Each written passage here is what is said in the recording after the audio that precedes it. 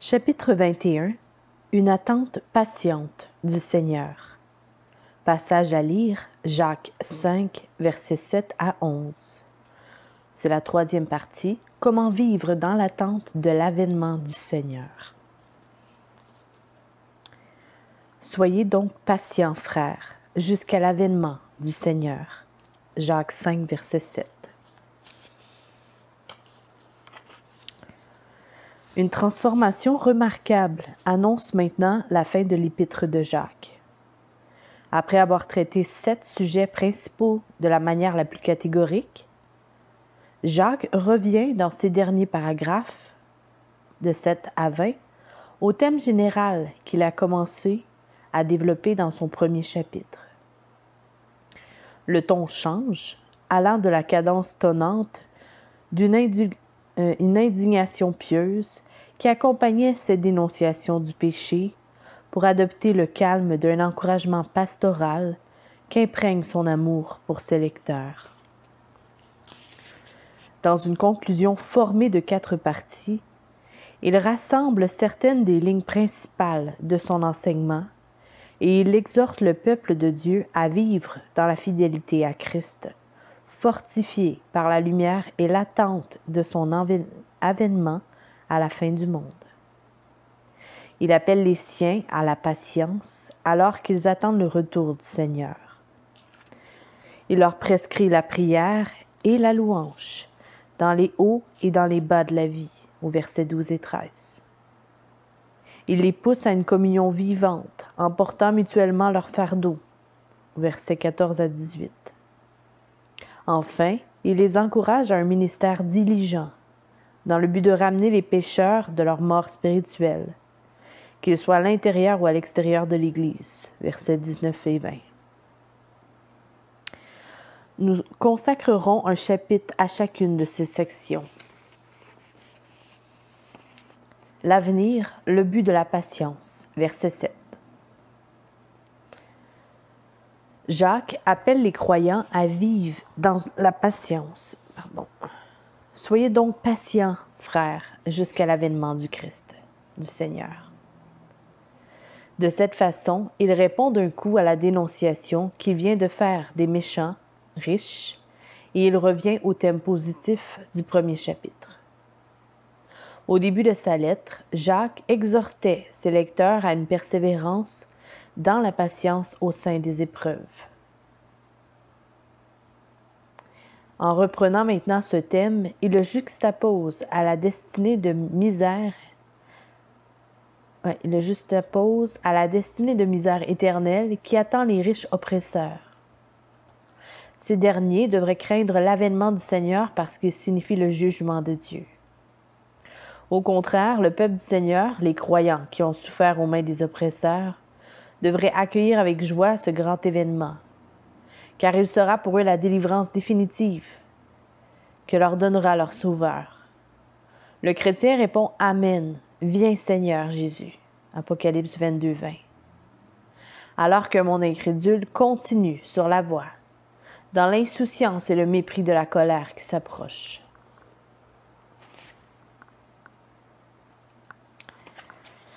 Levez les regards vers la récompense. Bien sûr, l'attente de l'avènement du Seigneur forme le cœur de l'appel que lance Jacques. La patience dont il parle ne flotte pas dans les nuages, comme s'il s'agissait de quelque vertu abstraite qui se suffit à soi-même. Simplement parce qu'elle est bonne, c'est la bonne chose à faire. Toutes les grâces de Dieu, tous les exercices qui permettent de vivre dans la justice devant Dieu et les hommes, ont un but défini en vue. Non seulement la justice à la perspective d'une récompense au bout du chemin, mais dans un monde déchu plein de tentations et de pressions conflictuelles, cette promesse lui est un soutien, même partiel. Quand l'Épître aux Hébreux résume sa description de Moïse comme l'un des grands héros de la foi, le fait qu'il avait les regards fixés sur la récompense suprême de la fidélité reçoit une mention et un éloge particulier. Il regarda l'opprobre de Christ comme une richesse plus grande que les trésors de l'Égypte, car il avait les yeux fixés sur la rémunération. Ce futur est le but d'une patience de piété. L'avènement à venir du Seigneur nous appelle à une vie de fidélité continue. Vivre de l'avenir. Les écrits apostoliques regorgent de l'attente vibrante du retour de Christ. Si la croix est le pivot sur lequel tourne toute l'histoire, la consommation de toutes choses est le but pour lequel Jésus est allé à la croix. C'est donc le point de référence futur pour les croyants alors qu'ils affrontent les jours à venir. L'Église du Nouveau Testament apprenait à vivre de l'avenir dans une attente joyeuse de la gloire qui doit être révélée. Cette réalité conditionne l'expérience chrétienne, car comme le dit Paul aux Éphésiens, Dieu nous a ressuscités ensemble et nous a fait asseoir ensemble dans les lieux célestes en Jésus-Christ. L'apôtre déclare aux Romains, « Regardez-vous comme morts au péché et comme vivants pour Dieu en Jésus-Christ. » Ceci ne signifie pas que le péché en nous n'est plus un problème pour nous, ni que nous n'avons plus à lutter contre la tentation. Le sens est que nous sommes vraiment, en cette vie même, une nouvelle création. 2 Corinthiens 5, 17. En vivant de cet avenir que Christ nous a acquis, nous connaîtrons la victoire, même dans ce monde actuel. Nous sommes donc en mesure d'exulter. Quand Christ, votre vie paraîtra, alors vous paraîtrez aussi avec lui dans la gloire. Amen. Colossiens 3, 4. Comme nous l'avons déjà remarqué dans le début de notre étude, les 2 millénaires qui se sont écoulés depuis la rédaction de ces paroles ne diminuent en rien leur importance pour la vie de la foi. Le Seigneur ne tarde pas dans l'accomplissement de la promesse, comme quelques-uns le croient, mais il use de patience envers vous, ne voulant pas qu'aucun périsse, mais voulant que tous arrivent à la repentance. 2 Pierre 3, verset 9. Jacques dit que la patience chrétienne s'enracine dans une attente profonde et vivante de l'avènement de Christ. Tout le reste se met en place à la lumière de cet avenir dont la perfection s'épanouira lors du retour physique de Jésus sur cette terre.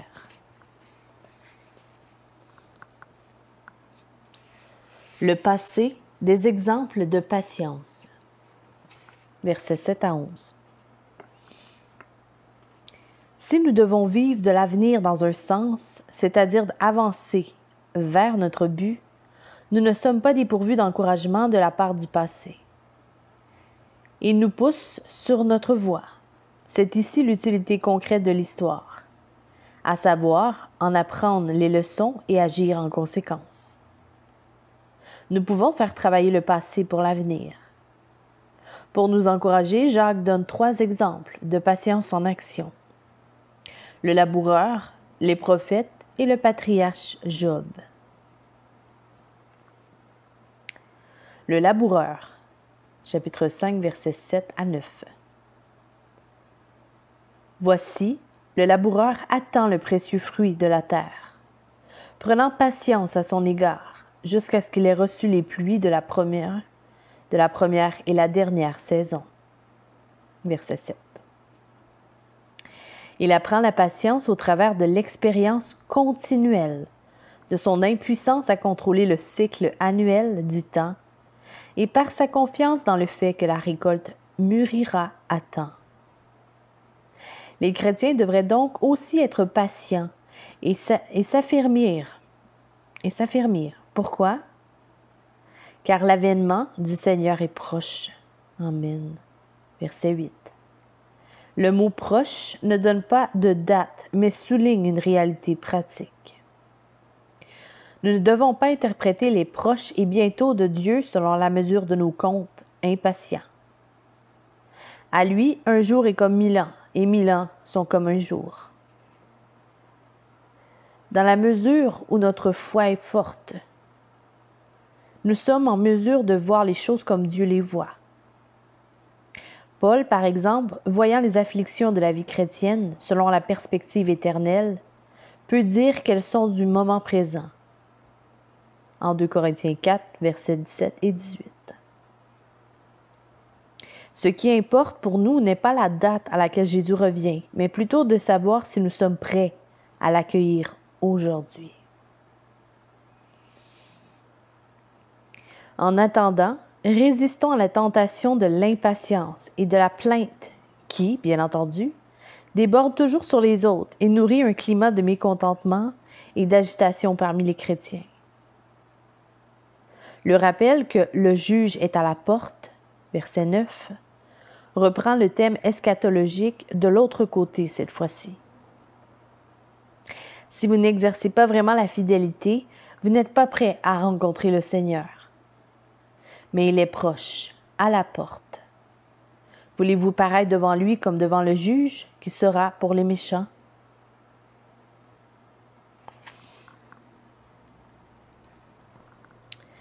Les prophètes, verset 10. Il est écrit: « Prenez, mes frères, pour modèle de souffrance et de patience les prophètes. » Ils sont depuis longtemps devenus de synonymes d'un témoignage fidèle sous l'injustice de la persécution. Jésus exhorte ses disciples à se réjouir et à être dans l'allégresse quand ils affrontent les insultes et les persécutions, parce que, dit-il, votre récompense sera grande dans les cieux. Car c'est ainsi qu'on a persécuté les prophètes qui ont été avant nous. Matthieu 5, 12. À l'opposé, l'incrédulité des pharisiens et de leurs semblables est prouvée par le fait qu'ils sont les fils de ceux qui ont tué les prophètes. Il n'est pas fait mention d'un prophète en particulier, car tous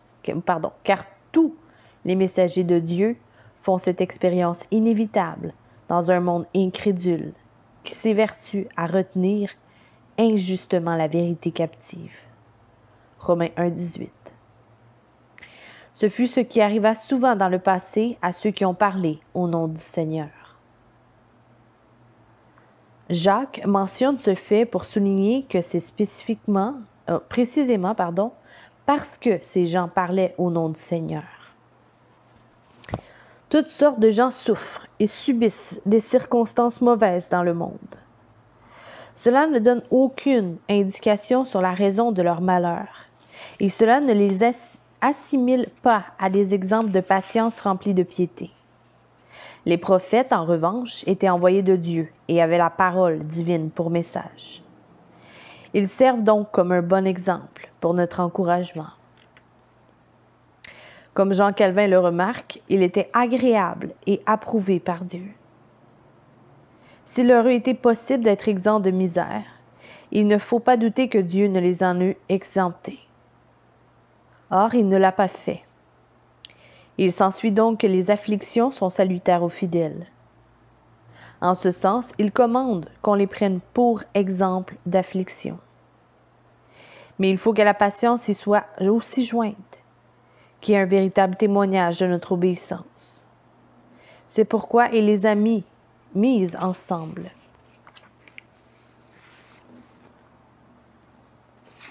En conséquence, le chrétien peut tirer une consolation réelle de l'exemple des prophètes, surtout quand les difficultés se présentent sur sa route et qu'il est tenté de douter de l'amour de Dieu à son égard. Plus que les autres, les jeunes chrétiens ont parfois tendance à penser que le fait de devenir croyant en Christ bannira la plupart de leurs problèmes ou, tout du moins, que cela les rendra plus aisés à surmonter d'une certaine façon. La réalité est que tout arrive également à tous, même sort pour le juste que pour le méchant, pour celui qui est bon, pur, et pour celui qui est impur. Ecclésiaste 9.2. Même s'ils ne subissent pas la persécution parce qu'ils proclament la justice de Dieu à un monde hostile, les chrétiens connaissent les mêmes sorts d'épreuves que les incroyants. La différence tient en ce qu'ils en font par la grâce de Dieu. Une patience remplie de piété et de persévérance est la pierre de touche, de même qu'une communion croissante avec le Seigneur est une joie toujours plus élevée. Dans son salut, sont les fruits de l'affliction pour ceux qui se confient quotidiennement en Christ. Le patriarche Job, verset 11. Voici, nous disons bienheureux ceux qui ont souffert patiemment, verset 11. Ceux qui tiennent bon dans l'adversité suscitent l'envie spirituelle de tous.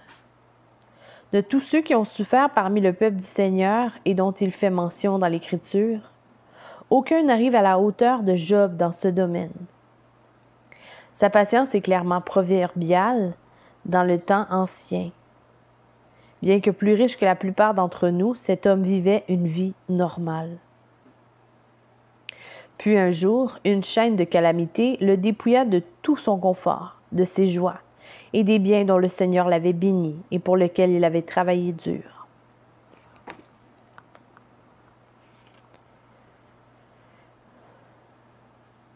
Pour ce qui concerne les prophètes, on pourrait s'attendre à ce que l'opposition et la persécution résultent presque inévitablement de la proclamation de la vérité de Dieu. À l'opposé, Job n'avait pas une vocation qui devait normalement attirer le feu de l'ennemi. C'était simplement un fermier qui réussissait et un homme pieux qui aimait le Seigneur. Il attira le feu cependant, celui de l'enfer, et la malveillance vindicative de Satan. Job subit alors l'épreuve la plus sévère. Sa vie entière, famille, maison, biens, santé et paix d'esprit fut dévastée par la tragédie et la perte. Plus d'un homme aurait complètement craqué sous le poids d'une fraction seulement des calamités qui lui survinrent. Il est certain que lui-même n'était ni stoïcien ni fataliste. Il portait parfois des coups tout autour de lui.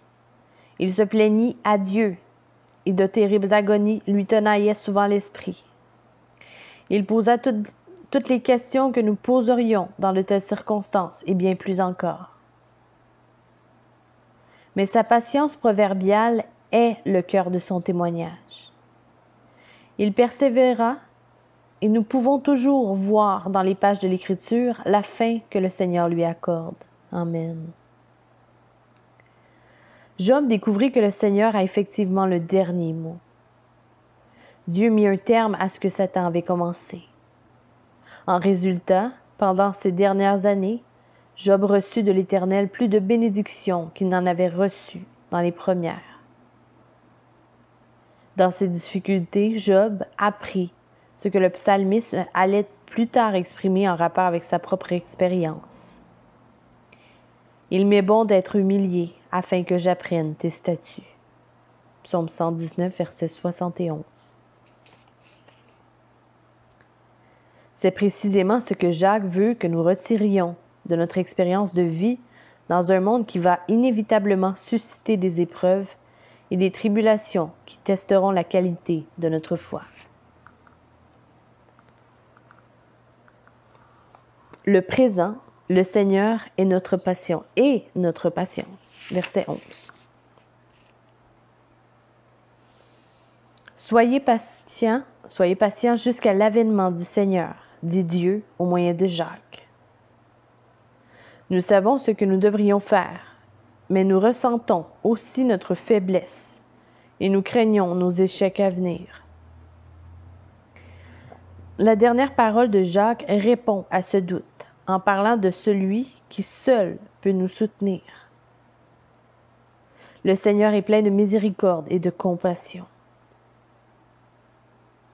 Cela se rapporte très naturellement au commentaire précédent au sujet de Job. Mais il est tentant de le voir aussi comme une déclaration qui termine toute la section des versets 7 à 11. On voit alors la structure du passage de la manière suivante. 1. Une exhortation principale, ce que nous devons faire dans l'avenir. Et soyez donc parfaits, frères, jusqu'à l'avènement du Seigneur. Verset 7. 2. Des exemples pour appuyer cette exhortation, ce que d'autres ont réussi à faire dans le passé. Le laboureur, les prophètes et Job, versets 7 à 11. Et 3. Un encouragement pour conclure, ce que le Seigneur est pour nous dans le présent. Le Seigneur est plein de miséricorde et de compassion, verset 11. Chacun de ces points souligne qu'il faut cesser de rechercher en soi-même les ressources nécessaires pour exercer la patience et la persévérance spirituelle. Le monde regarde toujours vers l'intérieur pour trouver la force, car l'homme est pour lui la mesure de toute chose. Les chrétiens regardent toujours vers l'extérieur, vers le Seigneur qui est plein de miséricorde et de compassion. Amen. Même les exemples des hommes de Dieu fidèles autrefois nous invitent à voir ce que le Seigneur a accompli en eux et par eux. Ni Job, ni les prophètes n'ont tenu ferme par leur propre force intérieure. Le récit biblique fait état de leur faiblesse en toute franchise et montre que leur victoire était en dépit d'eux-mêmes et sont attribués à la grâce de Dieu. Il n'y a aucun individualisme triomphant dans l'un ou dans l'autre des récits de ce qu'ont réussi les enfants de Dieu, ou dans la prescription par le Seigneur de la manière dont nous devons vivre la vie chrétienne. Nous avons besoin de savoir que le Seigneur est avec nous au milieu de nos épreuves. À l'heure où, naturellement, on se demanderait s'il est contre nous. La réponse adéquate pour tout croyant doit être un non retentissant. Il est avec ses enfants et il ne permet ces difficultés que pour les faire grandir dans la grâce et la connaissance de leur Sauveur. Amen. Jésus nous a prévenus que nous aurions des épreuves dans le monde, mais il a tout fait pour nous assurer d'échapper à la crainte, parce qu'il a triomphé du monde. Certains pensent que la bonté et l'amour de Dieu signifient que jamais rien de mauvais ne peut nous arriver. Au mieux, cette hypothèse est un pur sentimentaliste rêveur. Au pire, c'est une excuse délibérément fabriquée pour faciliter le rejet des exigences divines. Le Seigneur ne promet nulle part dans l'Écriture un sentier jonché de roses, même à ses disciples les plus fidèles. Job en est un exemple suprême. Le fait que pour autant que nous le sachions, tous les apôtres, hormis Jean, subirent le martyre, s'accorde tout à fait avec la révélation de la parole de Dieu sur les possibilités de temps difficiles dans la vie chrétienne. La réponse est que le Seigneur est plein de miséricorde et de compassion. Attendons seulement un peu de temps et nous verrons que le Seigneur est rempli de pitié et de tendresse. Une fois que la providence a découlé son cours, les enfants de Dieu voient aisément que même si l'extérieur est l'écorce en furent rugueux et durs, elle se doublait à l'intérieur de miséricorde et de compassion. Le chrétien affirme la réalité de l'amour éternel de Christ pour les siens, et il fait appel aux promesses de son Sauveur. Christ est ressuscité. Christ revient. Il vient chercher tous ceux pour qui il est mort sur la croix du Calvaire. Il a promis de venir bientôt, et dans l'exultation patiente de toute âme rachetée, s'élève une réponse vers la gloire. Amen. Viens, Seigneur Jésus. Amen. Apocalypse 22, 20. Fin du chapitre 21.